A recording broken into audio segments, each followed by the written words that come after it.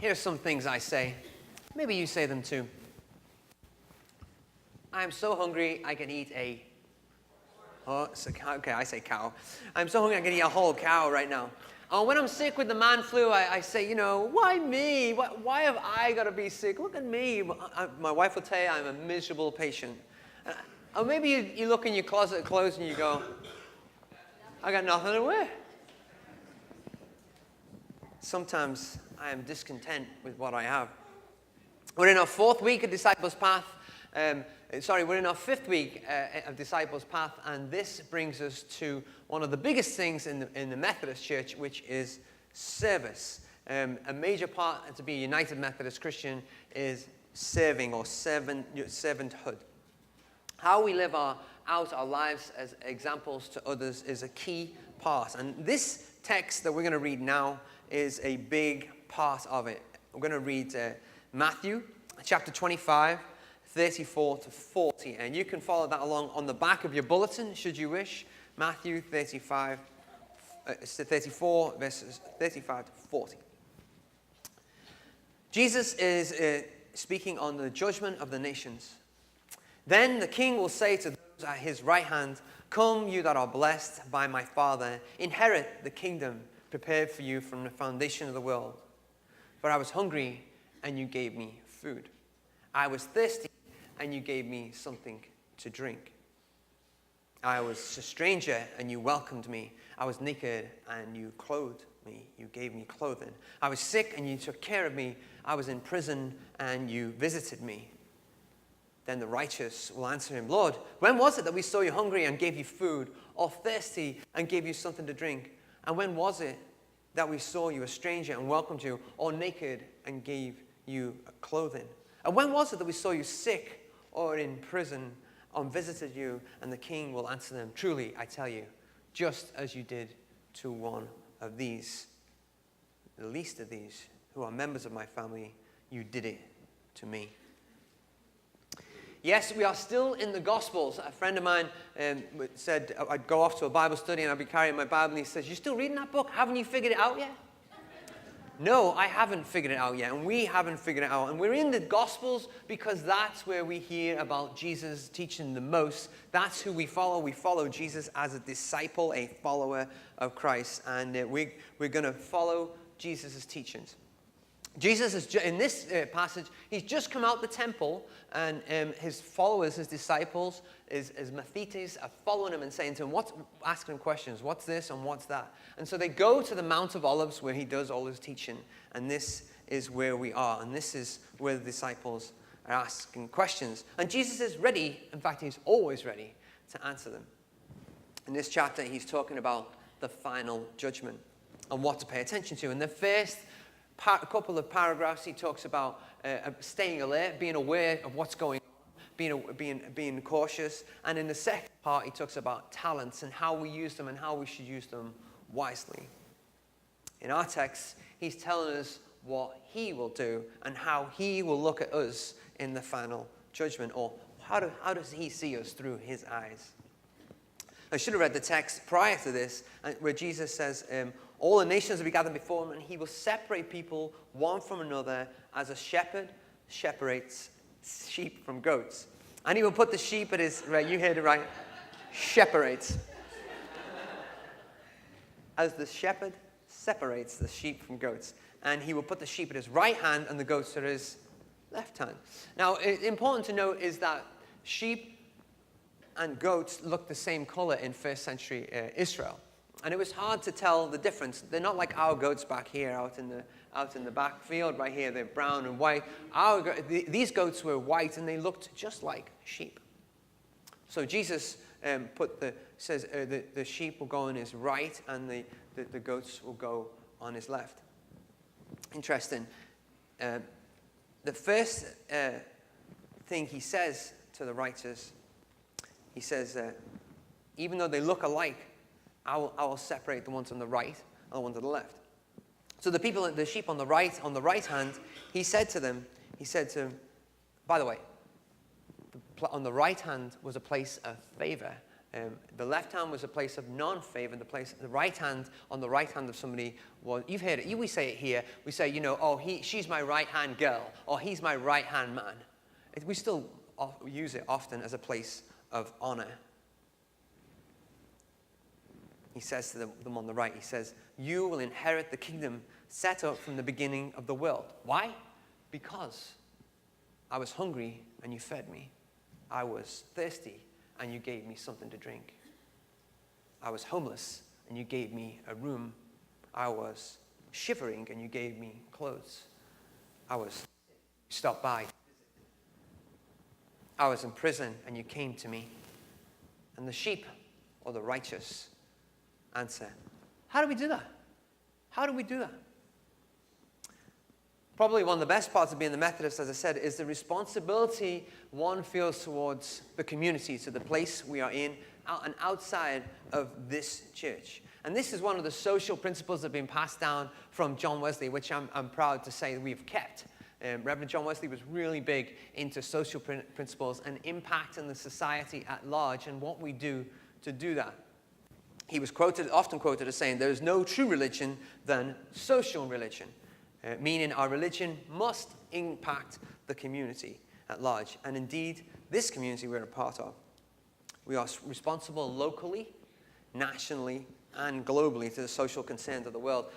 United Methodist Church has many committees and relief organizations that assist people who are sick. They are normally there as soon as they can be, as soon as they are allowed. They are there in places of need. When the tsunami hits or a hurricane hits, the United Methodist Care on those UMCOR are there immediately. And we are responsible too for that. But probably when I've seen this happen most is going on, having the privilege of going on mission trips.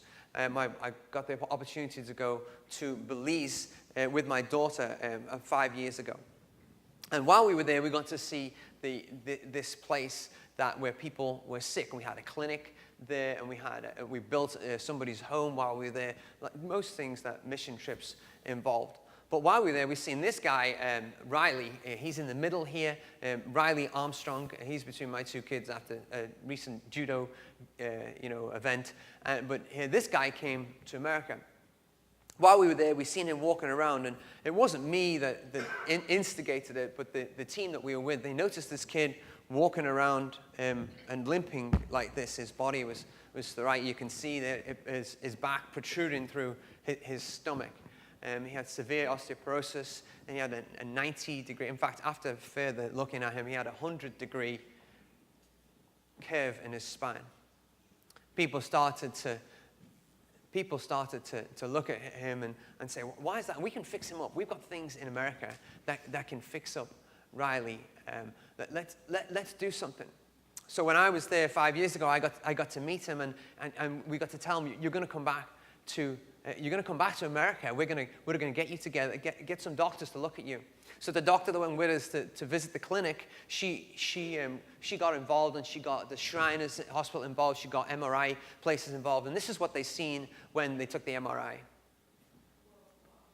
You can see that you can see when he got here, he was here for 6 weeks, and he stayed in my friend's house, Lynn Stevens, and she took care of him, looked after his mother while she was here too. And he went to the MRI, and they said to him, it's looking bad because your back is resting on your organs. You can see it in that picture here. And if we fix it, we're going to dislodge the organs, and it's not going to be.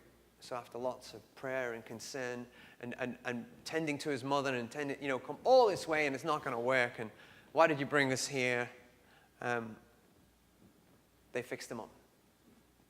Next slide. They moved him from having a 100-degree curve to a straight back. It was a miracle. Everyone the church was involved, the doctors were involved, the Shriners were involved, and it went on News 9. It was everywhere.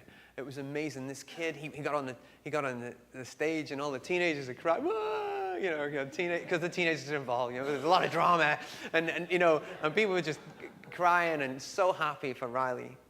He went back to Belize as the miracle kid.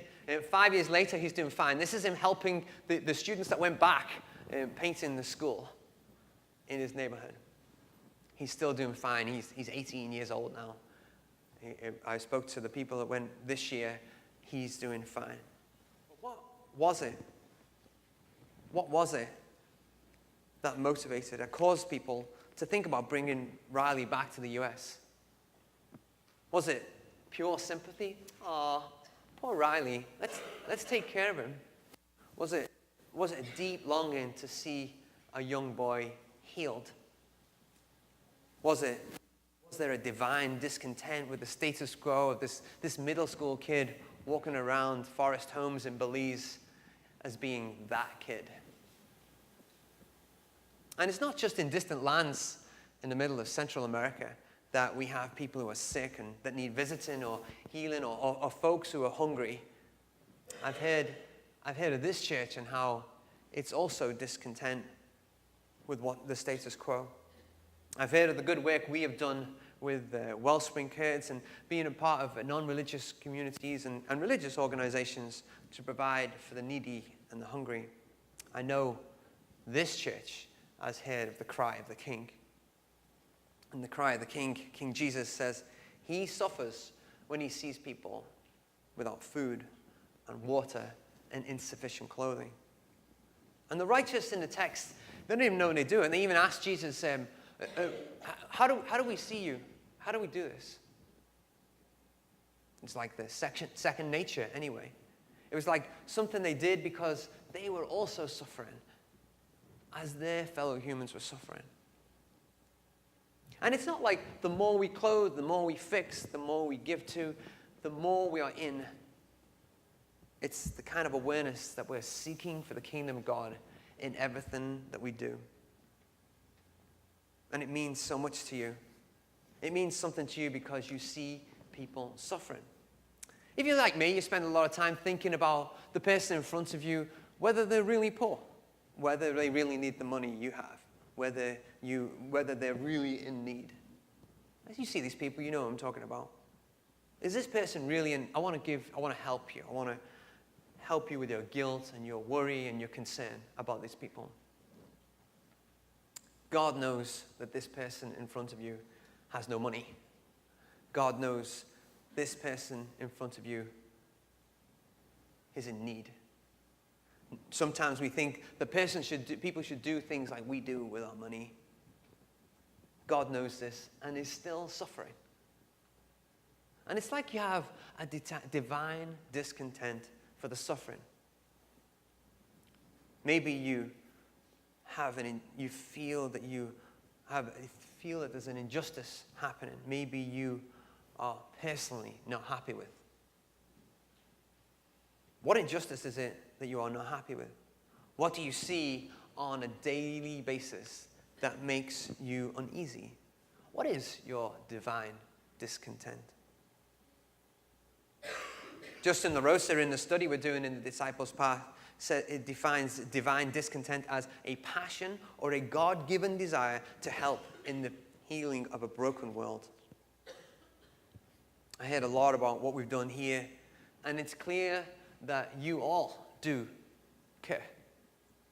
It's clear that you know Peter's words in the second chapter of his first letter. But you are a chosen race, a royal priesthood, a holy nation, God's own people, in order that you may proclaim the mighty acts of him who called you out of darkness into his marvelous light. Often people think that these acts of mercy, giving to the poor, helping with people, is about the person leading the church. Often people think that, well, the person who's at the front, they'll lead us and do that. This is falling on deaf ears here. You guys know this. You guys know that you are a holy nation. You know how to embody being a royal priesthood. You know that you are called by God to do so. You will continue, and we will continue to show others in this community and those outside the community, whether it's Belize or Belarus, whether it's Town and Country or Tampa, whether it's Westchase or Winter Park. All of us have been given different gifts. to display who Christ is to these people personally and to the least of these collectively as a church body, as the people of God. Matthew highlights these things in his book. These are weightier issues than the Pharisees are discussing. He highlights these, and most of the time he talks about facts and figures. He's very facts and figures, Matthew, but right here he puts extra weight on these issues. And of course, we can minister to people through text and Facebook and all those kind of things. We can, sorry you're feeling bad, you know. But there's nothing quite like a visit. John Wesley reminds us in his sermon on visiting the sick, he says, the visit is to see someone face to face. When I first started out as a minister, my boss said that I had to go visit some people in hospital. I used to get really nervous. I'm like, what am I going to wear? You know, what am I going to say? Where is it? Should I go early? Should I go in the morning? Should I go in the afternoon? You know, somebody said, just visit. So, you know, I go over there and I be careful what I say, but I often found that visiting with people, visiting the sick, actually made me feel a better person. I actually felt better after visiting with the sick. This text is interesting too. It's about judgment in the last day and about what Jesus is going to do. But notice how it's so relevant for today and for now. It says, it talks about all these people that are sick and in need. And it's not bound by time. It's not like they had it in first century Israel and we don't have it here. You might be sitting there thinking, okay, let's go. What are we going to do? Let's do it. November 15th, we'll have our Wellspring Cares event again, and we'll be within the community.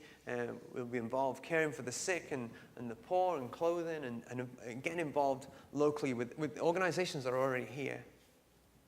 And we already do that. We assist with Meals on Wheels and K-Prox, the food bank. And we'll do it nationally and internationally. Our youth group is preparing to go to El Salvador in the summer next year and go and be go and be the hands and feet of Jesus in that community. And Josh, our youth director, grew up doing this. And we should teach our students how to do this. And he grew up building a school and a clinic in Los Delicias as well. While he was there, he showed the people who is the God of the city, of that city. And we'll do it too. We'll show our people who's the God of our city. So I started to tell myself, every time I say, I'm so hungry I could eat a cow.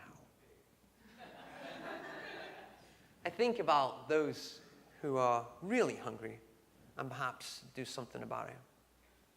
When I have the man flu or I'm being a miserable patient, I'm going to force myself to ask the questions. Am I really that sick? Am I as sick as Riley? Visit someone who is sick, Keith. When I look in the closet and I think I have nothing to wear, thinking about those who are, thinking about helping those who really have nothing to wear. Start to focus and say to myself, what is the things that break my heart when I look at the surrounding world? Ultimately, we are to ask ourselves, what is our divine discontent? Contentment is what we feel. Contentment is what we have when we meet together at the table